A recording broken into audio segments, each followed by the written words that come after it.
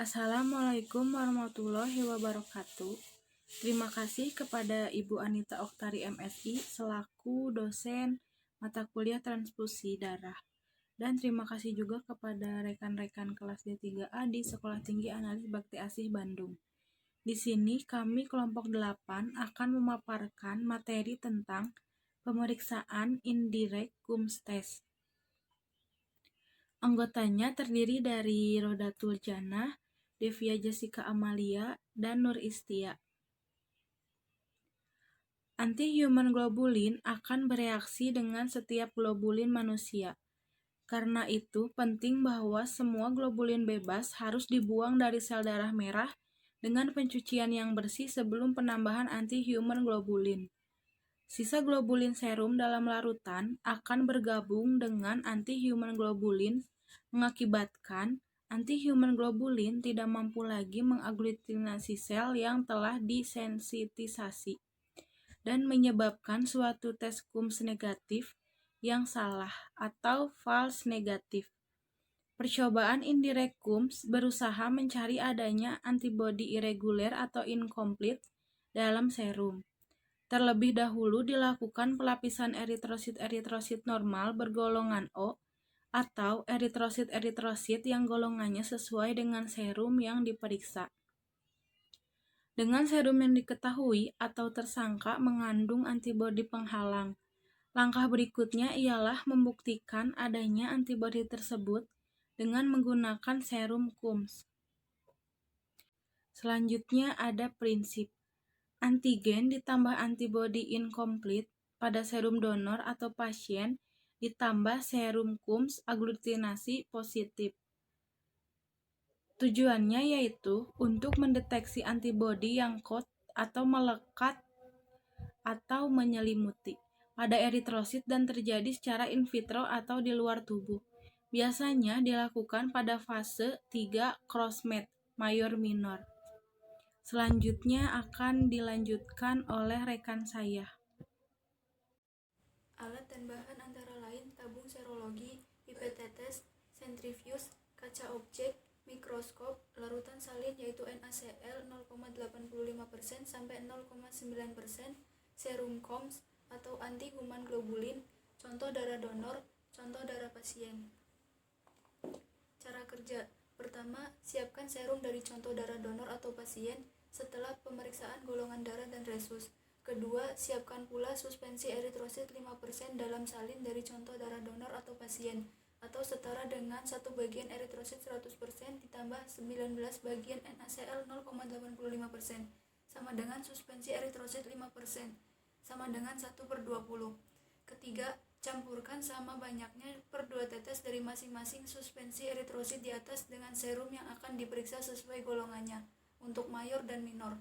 Keempat, lakukan pencucian dengan larutan salin sebanyak 3 kali, kemudian tambahkan pada masing-masing tabung 2 tetes serum Coombs atau anti-human globulin.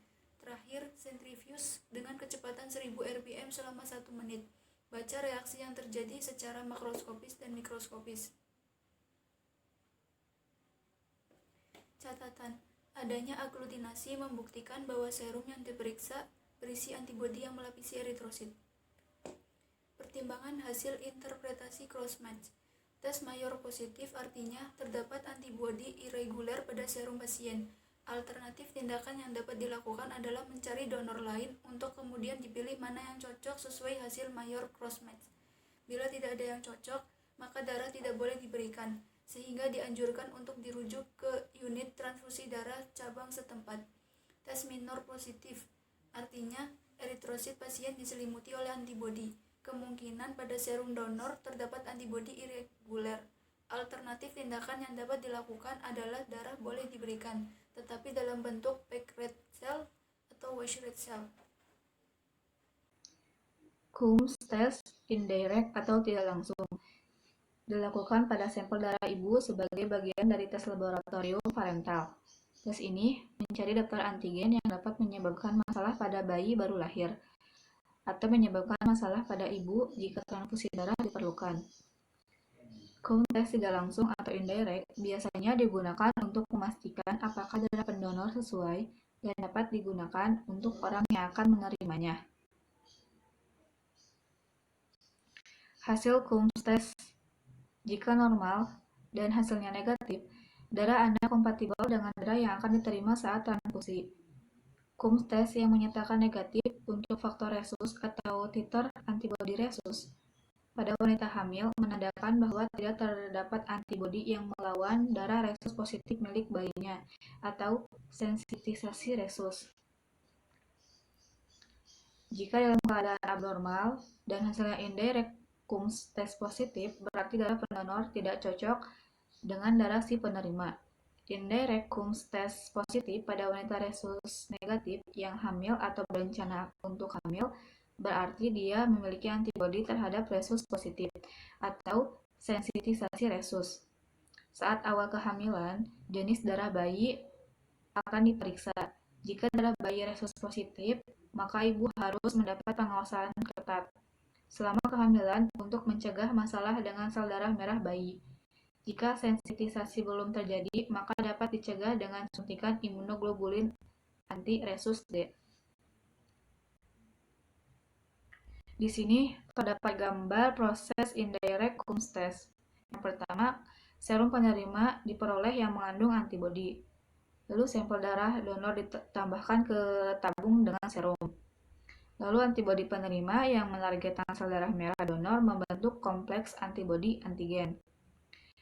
Antibodi anti manusia atau antibodi Coombs ditambahkan ke larutan, sehingga aglutinasi sel darah merah terjadi karena antibodi manusia melekat pada sel darah merah.